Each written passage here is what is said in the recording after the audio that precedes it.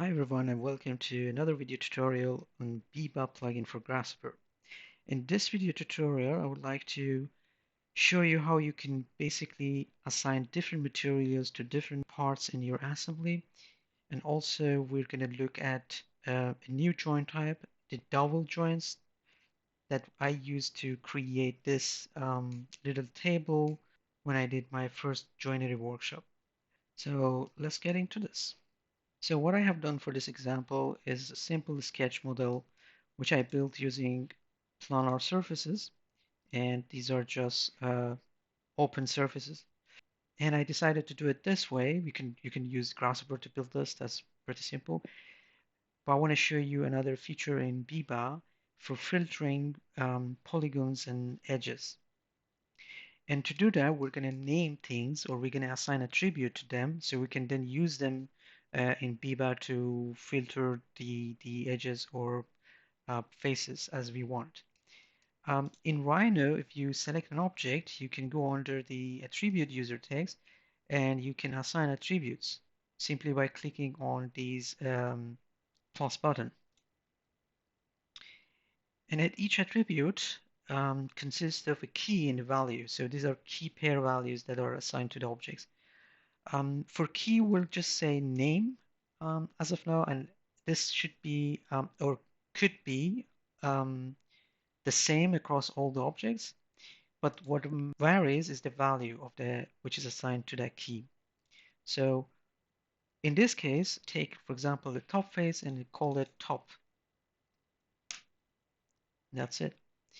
And for example, I might need to do something here. So let's select everything that is on this side and assign a key pair value with the key name and the value right. And we can select everything on this side and say name, and the value would be left. And on this side, which is the front side, I can select everything and then assign a key value, a key pair value with the name and front as value. And for these guys, the key stays name, the value will be back. So this guy here, we're going to call it, I don't know, center. Yeah. Okay, so every object now has got a name, and that would be very useful when we want to assign different material or things like that. So now let's open Grasshopper and start building our assembly. Now I'm in Grasshopper and I want to bring the model into the Grasshopper, and because I build them using surfaces, let's just bring them as BREP into Grasshopper. And then we convert our BREPs to planar polysurface using BREPs to planar polysurface, and then we create our assembly out of this PPS object. And let's have a look at what actually we want to do. So in this model, the top part is actually thicker than the other ones. All the other parts are kind of extruded inside, except for the one in the bottom here, the bottom center. So I'm going to create three type of shell types. Two of them are negative, and one is called symmetric shell. We'll do the top part with the 13 mm thickness material. All other are going to be 18, and the one here is also 18, but it has got a different shell type. Now the question is how we can actually associate these with the parts in our sketch model. So let's get back to here.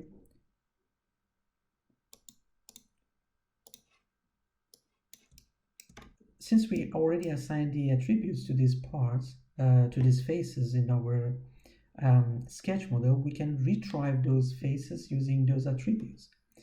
And the tool for that is called filter polygons by attributes. So this component needs a polynomial polysurface as an input, a key, which is a text, the same key that we used for our attributes, and that was, I believe, name. So that goes to the key and the value for that particular part that we're looking for. So for the top part, I'm just going to use top, and now I got just one face outside, because there's only one face which has got the value, the key pair value name top. The same thing, so let's just now pass that to our component. So this n-gon index goes to that polygon index, and we want to at the end to feed all of these shell types to the shell type channel. But in order to be more organized, I'm going to merge them first, and I have to make sure that I flatten the result, otherwise it creates a different instance of the assembly that we don't want that. So now for the rest of model with the negative shell, I don't have to provide any index because that's my default shell type. But for this particular one in here, I have to provide the I have to use the filter to pass that particular polygon, and that's called here we call that here center. So just copy paste that. Actually, we don't need to copy the key because key is always name. So I'm just going to copy paste this and then change that to center. So I should get now one face here, and then we can pass that to the polygon index, and that one to our assembly. So let's just disassemble this and see what happened. And then we can use unfold to see our parts there in the viewport. I'm just gonna bake that for now. And then we turn off the sketch model, and I can see that the top part is already thicker, and I use the symmetrical shell, and this is kept in the center as I wanted. Although the joints are all default joint, which is a miter joint, and we have to just change them to the dowel joint and the butt joints that we want. But apart from that, assigning the shell to different shell type works just fine. So now the time is to define our joint types. So we're going to use dowel joints here, and in our joint library is called dowel butt joint, and that's because we have another joint type which is called miter key joint. This is some kind of keyed miter joint, sorry. So it's kind of the same as a butt dowel joint, but it works basically is done in the miter joint. So you can go ahead and look at it by yourself. So I would have to and I also want to do is that we're gonna have all the top edges which you see here with the butt joint, because we want to have this thing to be free. Again, we can have a look at our design model. So this was all free, and it can just slide in like that, but the rest of the members are connected using dowels. So to do that, we will be using two different joint types. So I'm gonna also have a butt joint here, and also we're gonna just use the merge component to put them all together. Don't forget to flatten out this. This goes to the joint type, and you can see that now instead of miter joint I have dowel joint. Let's just bake that and see how it worked. Okay, so first of all I have a problem here, which I got 3 parts instead of 2 parts, and we know the reason for this is because we are not joining the coplanar edges. Let's fix this before we continue. So I'm just going to create and just check this one so I can make sure all the joints or all the coplanar sheets are joined together. However,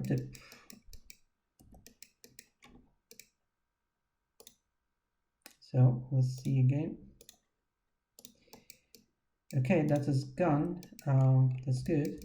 I have a problem here. We're gonna address this soon, but there's a problem here because we didn't want this to be one part, and because we say join all the coplanar parts, it's gonna join all the coplanar parts, and that's what it does. So we have to really be specific with what join we want this to happen. So take a step back, and if you look closely, the edges that we actually want the parts to be joined together is these two, which have 3 parts each. So that is something we can use to filter those edges out. So let's go back to Grasshopper, and we're going to use again the filter with the edges by number of connected polygons, and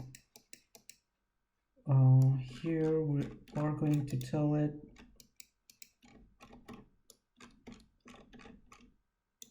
basically that we want only the edges with the 3 parts, minimum and maximum, to have to basically join the coplanar parts. So we connect that to this, and then the rest of it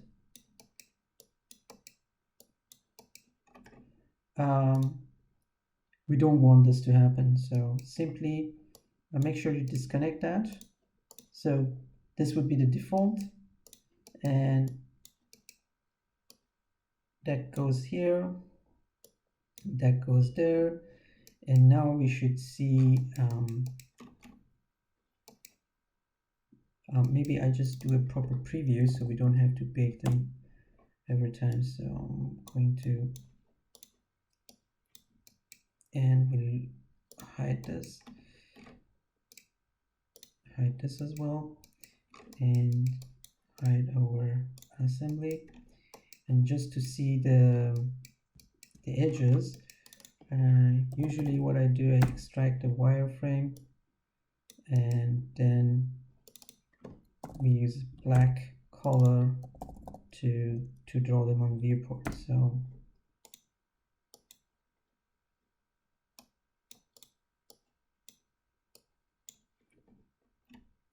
this looks better, and you can actually see what's happening. So now I got these edges back, so the parts are not joining together here.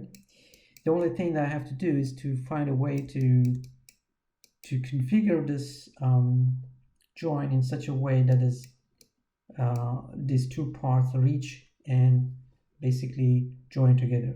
The reason it's not joining together is because that this part is extending into this extending out, and that's part of the configuration of this joint. Since we have 3 parts at this joint, we're going to have 3 factorial configuration in theory, which is 6, and we actually can take advantage of these 6 configuration, because these 6 configuration are not unique. There are only actually 2. There are only 2 configuration that really different, but the 4 of them are the same, so they're redundant. And the reason for this redundancy is that you can actually change the configuration, and at some point it will you can see now that this has got to a new to a unique configuration, and this one also has got to the new. What we want is a case that both of them are kind of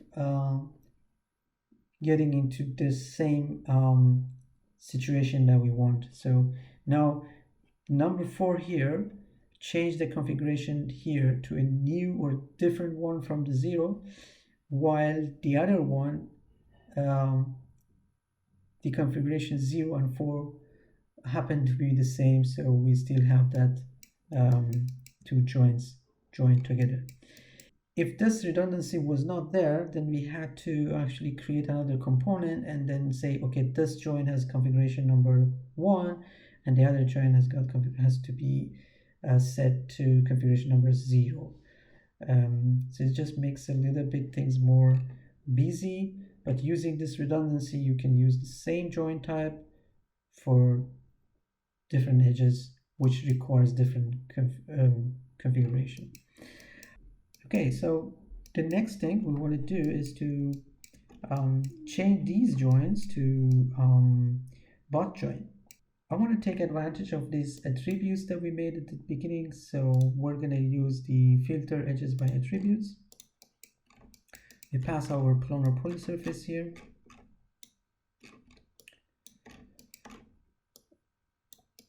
And I'm going to okay, the name we use the same name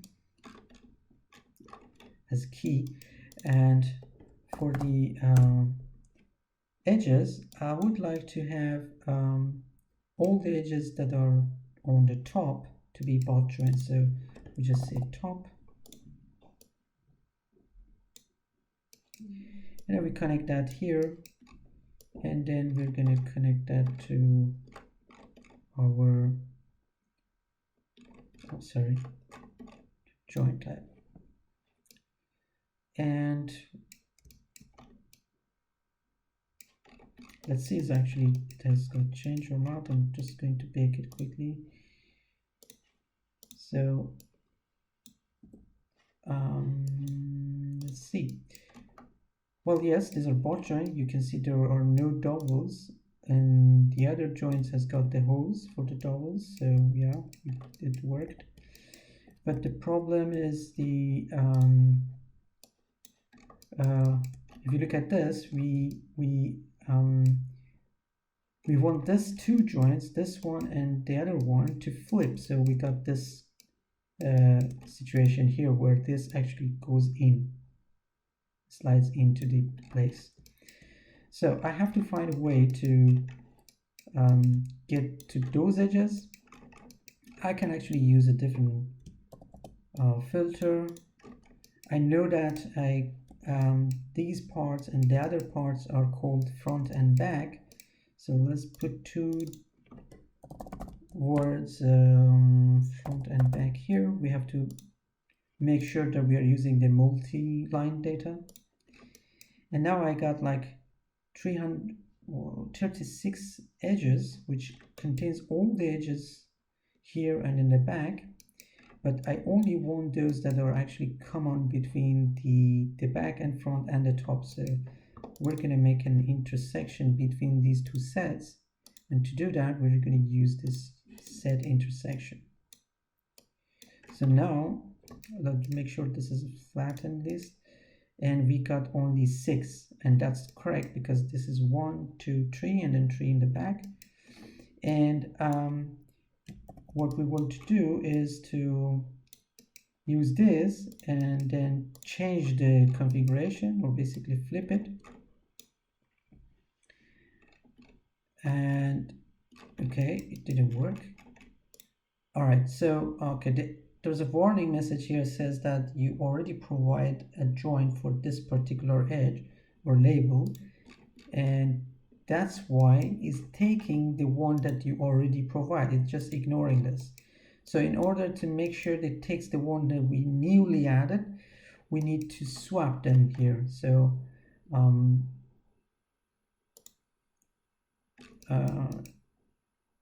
so what I do, I just take that out from here and put it after the 6 edges. So now it's taking these one instead of the entire set. So here I have 8, which is entire edges, the complete set of edges for the top face. But here I override, I want to do override those 6 edges. So I only thing is it has to be before the edges that I want to override. So if I just bake it, now we can completely ignore this because we know what's going on and this is exactly what we want.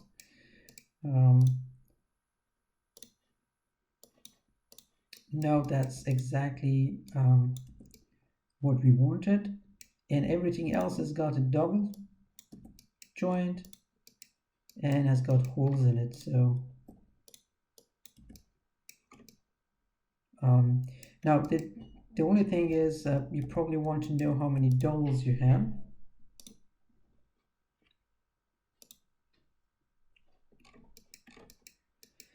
And that can be done by extracting the geometries from the joints. So just like part, where we can actually access the data from the part, like the geometry, the other stuff, we can also look at the joints and see what if there is a special joint like dowel, for example, that has got additional geometry.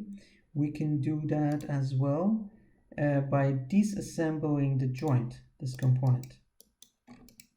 So it takes the joint and it gives us some information. One of them is the geometries, and I'm going to bake that for a minute here.